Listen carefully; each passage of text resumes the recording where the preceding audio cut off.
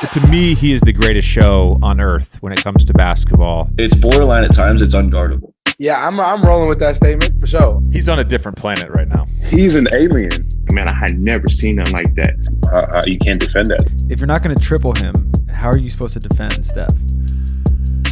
Yeah, man, I don't know. Yeah, I can't tell you that, bro. Like this guy is like, I mean, most of the time it feels like he's just like throwing that thing up. Like it goes in every time. Like he's just so incredible. We've talked about this with a few guys. I think Jrue most recently, right before the playoffs started, but with Steph in particular, Jrue was just going on about how hard it is to guard him. You know, and Jrue's obviously maybe the best defender in the league, and he's saying when the guy just gets on one, there's nothing you can do. Are there any moments that stand out to you in terms of just like shot making? Look, I mean, I know there's a ton, but like specific moments of like, what the fuck? I don't understand how this guy does what he does. So the first time we saw the peak of it, like when I was in Denver and we played him in a series, and he shot a shot in front of the bench, and the team, right in front of our bench, the whole team's going crazy, like close to him, and he lets the ball go and turns around and tells them to shut up. Ball's like midair, it's like not even close to the rim, and the whole team went like, this is the opposing team was like, yo, I'd never seen that before during the game, in like that moment. But I'm such a competitor. I'm on the court. Like, I'm like, whatever. Like, I don't care. Like, that doesn't impress me. Like, that's just my competitive nature. But in practice one day, you know, it's funny because in practice, we got call us the bums, the scrubs. So the second unit, we will always beat them, right? So the majority of the time we got the best of them. You know, it was like whether, you know, Clay was just like, you know, he was in and out of his zone. He was like, all right, I'll score a bunch now, or, you know, I'm chilling right now. Or Draymond, you know, Draymond had it was a common thing with Draymond having to use the restroom, the long version of a restroom. So he might come halfway through the scrimmage. We used to joke about that a lot. And, you know, them guys playing so many minutes, you know, they were just trying to get a good 2-minute runs, 3-minute runs. But we win it most of the time. But this one day in practice, man, Steph went crazy. Like, he wasn't missing, and it was like, now we blaming the sub refs, or what we call them, the alternate refs that come in to help us out. Now we cursing them out because he can't miss, and then if he missed, they call foul. And I mean, one time I got mad and like I forgot he was on my team and pushed him. He still made the shot. I mean, we played about 7 minutes, man. He had to have like 25 points, man. It was crazy. And at one point, Sean Livingston just stopped and it was like, yo, like, I don't know if I ever seen anything like this. Salim Stoudemire on Sean Livingston's visit was similar. And Sean Livingston remembered that, like, Salim Stoudemire did this kind of, but not like this. Like, this was next level.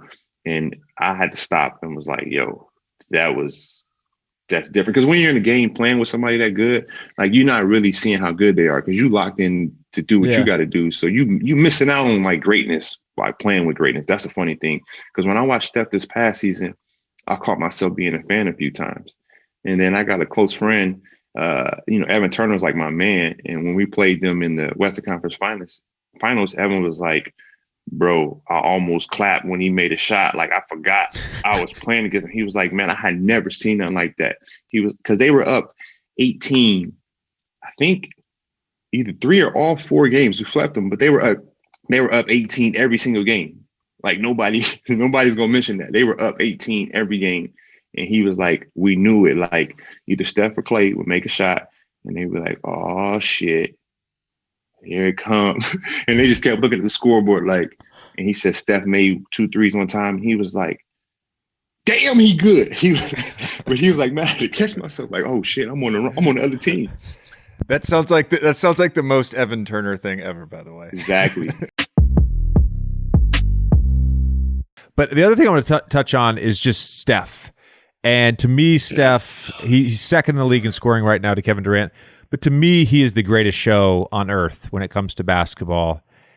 And I'm curious from your perspective, as a guy who has to lock up multiple attempt to lock up multiple A1 level offensive players. Is there a harder player to guard for you than Steph Curry? I would say of the guys that I match up with, the guys that I like am told to guard, like I'm not guarding AD, I'm not guarding Kevin Durant. Those guys don't see me. I'm only 6'5". But like, yeah, like guard wings, man, that dude's a menace. He's impossible. It's especially the way that they run their offense and the way that him and Draymond have this like telepathy. Like the guys that are back this year, like Damon Lee, Scott Anderson, Jordan Poole, Looney, and then they brought back Dre. Like they're actually understanding how to play with him now, like how he operates, how he moves when he gives up the ball, and like continues to just run in circles until you fall asleep, and then he even then like shoots it from 30 feet basically. Like it's borderline at times. It's unguardable. Because it's like, what do you want to do? You saw the highlights against the Hawks, right? 50 burger. Dude, like there was one possession, I can't remember what it was. I don't even know who's guarding him. Steph catches it on the right wing, bottom of the TV screen. And he's like, shimmy, shimmy. And the guy that's guarding him is shimmying in unison with him, like perfect defense. And then Steph just takes one dribble, sidestep, throws it up, and goes in. I'm like, like inbound the ball, we go into the next play. Like you can't do anything about it. I mean, what's the thought around the league with like how they're playing right now, knowing that Klay is, waiting in the wings, and a shooter of that caliber is going to be added into this? Yeah, no, that's dangerous. Especially, if I'm in the West, I'm nervous about that, right? If they're already 9-1, I don't know who they've played. Like I don't know if they've played any of the top teams in the West. But the fact that they're 9, like they're kind of on the same, path as us, where they're kind of just finding ways to win right now. Like I don't even think they're at full strength, but Jordan Poole's been playing amazing. Steph is Steph. Draymond's been playing more like himself of the championship title runs, I think. And then they're getting great role playing. Like that's kind of the formula for success. Have some great stars, and then everybody else does their role well. If Klay comes back and he's not gonna be a shell of himself. Like he's still Klay Thompson. Like he's gonna come back and shoot the shit out of the ball, guard people, like, and he's motivated. Like, oh, come on, bro. What are we talking about? It's gonna be dangerous. I feel like Klay has the size and the skill set that he's going to bounce back from these injuries. I've heard he looks great. He hasn't played a basketball game in 2.5 years.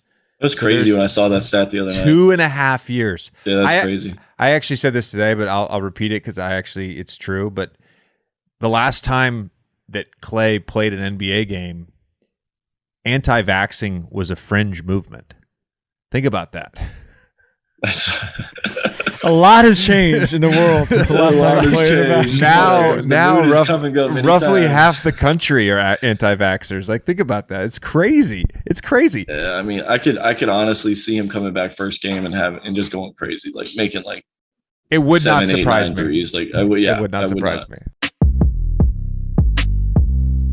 I have one more question before we wrap up. Completely different topic. I wanted to ask this when we were talking defense. So, two guys specifically that have called you out as the best defensive player in the league. One on this show was Dame. The other one was Steph. I think he did it recently, but I'm sure he said it before.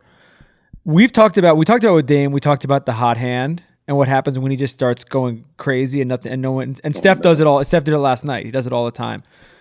When you're guarding these guys and you see them start doing this, like as the best defensive player in the league, what do you do, if anything, to try to throw them off of that? Or is there nothing you can do? Everything. I literally try to do everything. I try to, all the tricks. If I try to chase them over so that they're not shooting threes, because if they're knocking down threes, it's a, they get into the paint. I'm like, as they're dribbling, I'm grabbing their arm, I'm pushing them, trying to give them off balance. I want them to start to complain and start yelling at the refs. Sometime on contested. So when you're a good defender, you get away with a lot more. You get away with a lot more. And sometimes like you can like on the jump shot and you have a follow through, you hit them in the hand or the arm and they don't call it. Again, there's like little things that you can do to try to frustrate them. But them two that you just talked about, I think are the toughest to do that. Steph, He's on a different planet right now. he's an alien. I Like, don't understand. I don't understand. I fouled him on a half court shot when we played him 3 weeks ago, and he still. I'm pretty sure he didn't even look at the rim, and he still almost made it. It hit the back of the rim, and they didn't call the foul. I'm like, what is wrong with you? Like, what do you take? Can I get some of it, please? Because you're insane, dude. I've said this before. He's tapped into something, some transcendent like level of consciousness or something. There was an article recently. The CIA declassified these documents on this program they were trying to do. It's called astral projection, where you have an intentional out of body experience. And I literally, as I'm reading the article, I'm like, "This is Steph on a basketball court." Bro, Like oh my God. he's the things he even tries. The things he even Never tries. Yeah, like I'm like, bro, but wouldn't here's even the thing too. consider it. Oh, no, but basketball wise, I'm like, he's putting this in the little kids' heads. Like, this is okay to try. No, it's not okay to try. Only he can do this. Only he does this. Nobody else. You're right. Him and Dame, though. When Dame gets in that mode where he's just averaging 40 points and it just making it look easy, they're shooting it from 38 feet. And it's not even like, I mean, it's like side steps. It's like sides, like there's shoot like step backs, hand in the face, getting fouled from 38 feet. Look, I don't know. You wouldn't. I feel like you would know better than I would I don't have that when range. it comes to shooting and scoring. I don't have Look, that range though. It's insane. Do you feel like you should have won in 2015 the Finals MVP? Because I know. Hold on a second. I want to clarify something. So everybody, give you honesty. Go ahead. everybody sort of knocks. If you go back and look at Steph's numbers in 15, 16, 17, whatever, he's putting up like 28, 6 and 5, 27, 6 and 4, whatever. 15, I think he was a little bit below that, but still great numbers. And then there's the meme on social media that's like Iguodala held LeBron to 39, 9 and 8. And won Finals MVP. He did shoot 39% for the series. I know that, but all right. So answer away. I just want to provide some context. So it's funny. You always cross paths with someone like randomly, and then like you're like, wow, I'm glad we crossed paths. So Trevor Ariza, I'm so glad we became teammates, right? And Trevor, I always looked at Trevor as like part of the family. I was roommates with one of his best friends in college, Hassan Adams. They went to high school together, class 02. So Trevor's class 03. So I've always known about Trevor, spent a little bit of time with Trevor in the past, but not really. Other than that, we were always on opposite ends and we were always competing. And Trevor, when he got to Miami, he was like, bro, I hated you. I'm like, for what? I thought we were family. He was like, man, you were just nice. And I was like, okay, you nice too. He was like, no, bro, I just hated the way you were that good. Like you was just doing something good. I hit the game winner on them versus the Lakers. That was one of my first like big game winners in Staples against Kobe. But we just always had really good battles. And then him being in Houston, obviously, but we got really close and we were very similar in how we move. And I was glad we became teammates. So to go back to your question about the finals, we were lifting weights one day, talking about different guys, superstars, and we're talking about Steph. And I was like, Steph should have one of the MVPs. Like one of the three of them, he should have a Finals MVP. And I was like, I'm not really even that good. Like I lucked up and got one. And he was like, what? I was like I'm all right. Like, I'm just okay. Like I'm realistic with who I am as a player. Like I'm probably a little bit better than people think. But some guys aren't as good as they think. And at the end of the day, like, okay, I'm not one of the greats, but I'm just very smart. Like I figure it out when I'm playing and I got some athleticism, but like, I'm who I am. I'm cool with that. Like I'm very comfortable in my skin. And I'm like, Steph got it. Like, I would rather Steph have a Finals MVP. And Trevor's like, man, hell no.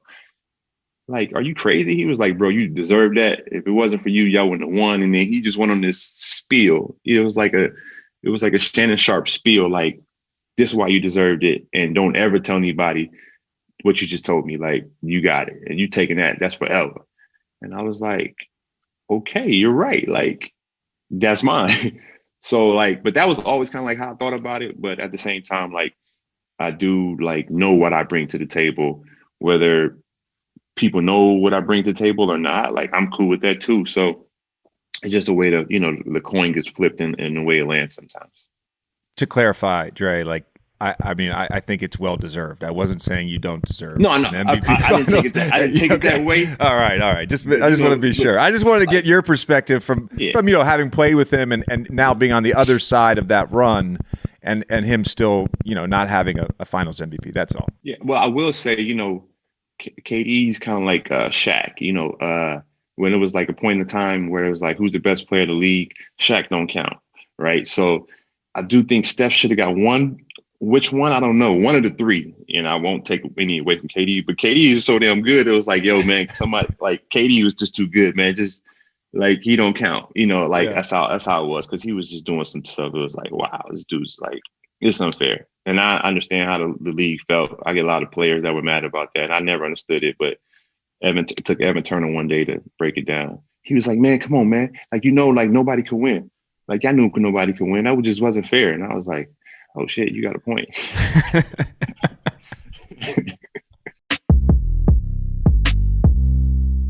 I have a game question. What are you thinking when you're seeing Dame and Steph in particular? And we talked about this with Dame before on the show about him pulling from deep. But like, there's him pulling from deep, and then there's the two of them doing what they did during the game. Are you just sitting there? Like, what's your initial thought when you see that? I mean, first, how unfair it is, because like how you can't defend that. Like, it's just, I mean, unless you press the guy 94 feet, but then he's probably just going to go by you. And it's just like, I mean, to me, the thing that is like, and we can all shoot from half court, but like, we might make 1 out of 10, and like most of them we're going to be like way shorter, like slam the ball against the backboard or something. It's not going to be like a regular jumper. For them, it's just so easy. To me, that's crazy. That is just like a regular jumper. The form doesn't look any different. It doesn't, I'm sure they have to put a little more strength into it, but you can't really tell. And so, I mean, they made each made like 2 or 3 of those in the game. And I mean, honestly, in those moments, you're like a fan, you're just in awe, like, wow, these guys just do it so easily. And we even look at like Steph's 3-point contest. I mean, he missed like the first 4 or 5 shots, and it was like nothing. And, Conley had like 28 or 7.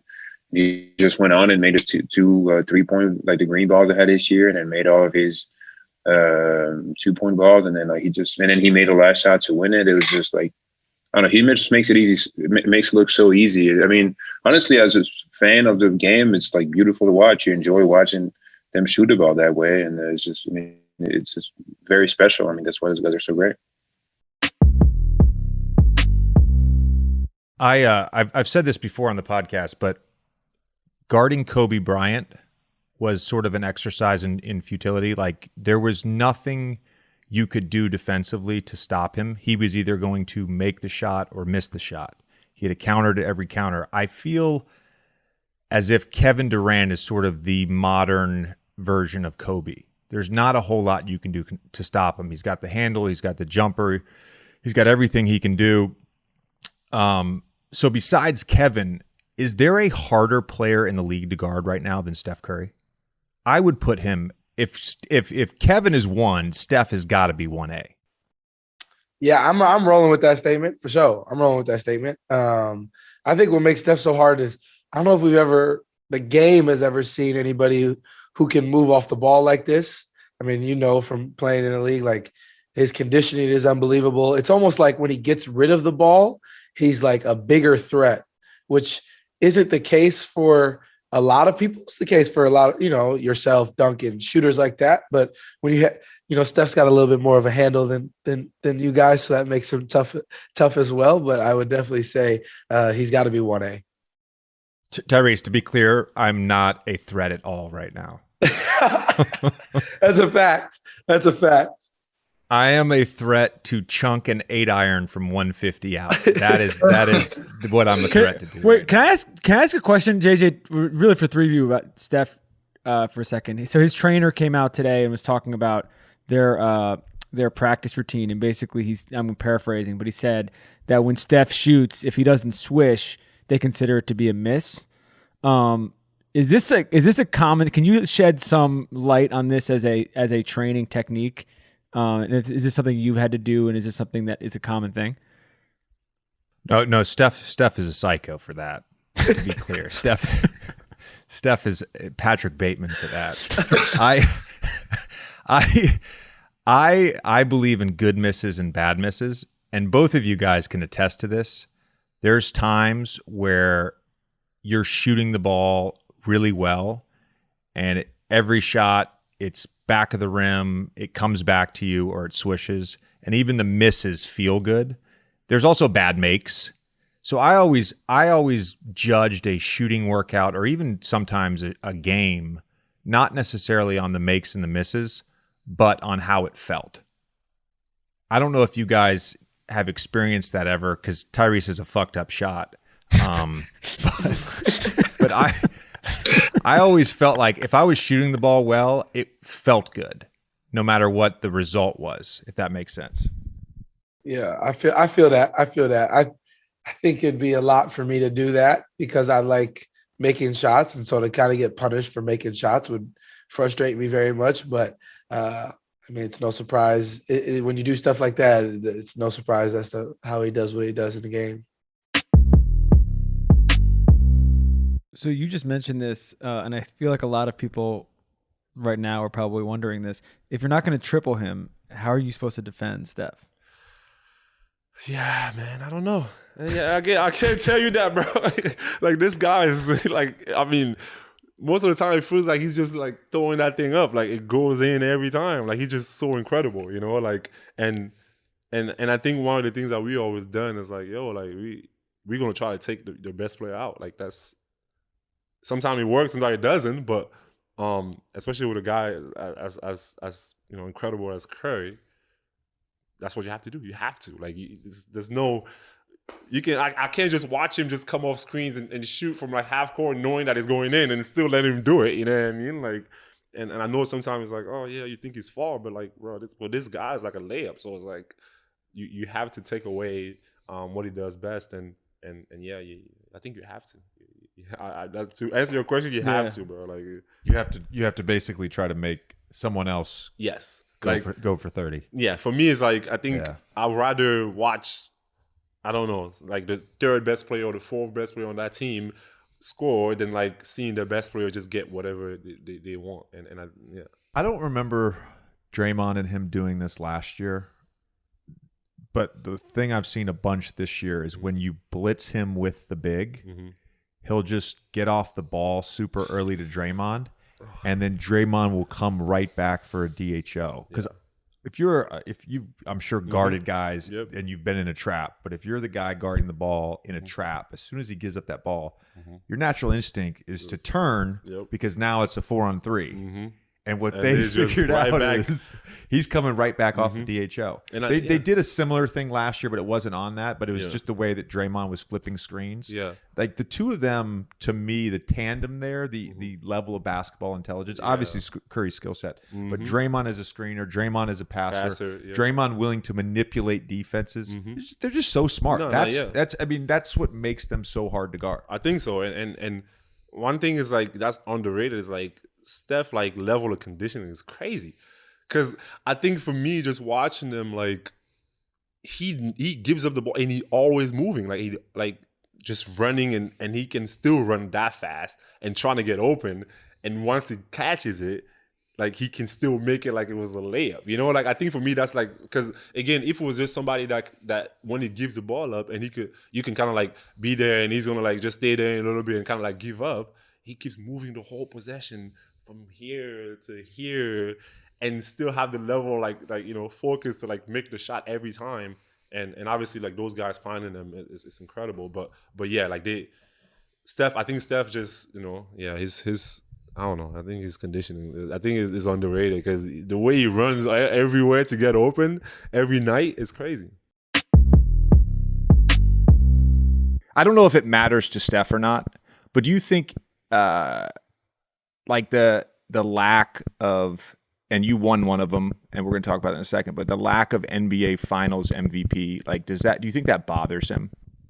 That's a good question. I don't think so. Like, I don't know too many things that bothers him. You know what I mean? Like, he doesn't live like he doesn't like, I shouldn't say carry himself. On the court, he carries himself like a superstar. But like in terms of like, you know, every superstar or those generational talents, like they have quirks about them. Like I need 6 red Skittles in my locker before every game, or I need like 4 pairs of shoes in front of my locker to choose from, all brand new, half laced, like, you know, little weird stuff. And like DeMarcus Cousins, when he was with us, it was like one random day he was like, yo, are you real? Like to Steph. And he was like, what are you talking about? He was like, bro, you're like best player in the league. Like, bro, you don't get mad about nothing. Like you don't ask for nothing. Like you don't want any special treatment. Like he don't ask for anything. He's just like, no, one of the guys, we just, like he was confused, like whatever the day calls for. Like if we playing pickup, we playing pickup. If we doing drills, we doing drills. Like it's just normal. And DeMarcus was like, bro, you are an incredible person. Like this is dope. Like every superstar I've been around was like, I need this, I need that. So that's just how he moves. I mean, as a competitor, I think he has that competitive edge where he wants to prove to people like I'm that dude. But at this point, it's like nobody can deny him that. And I think, everybody knows who he is.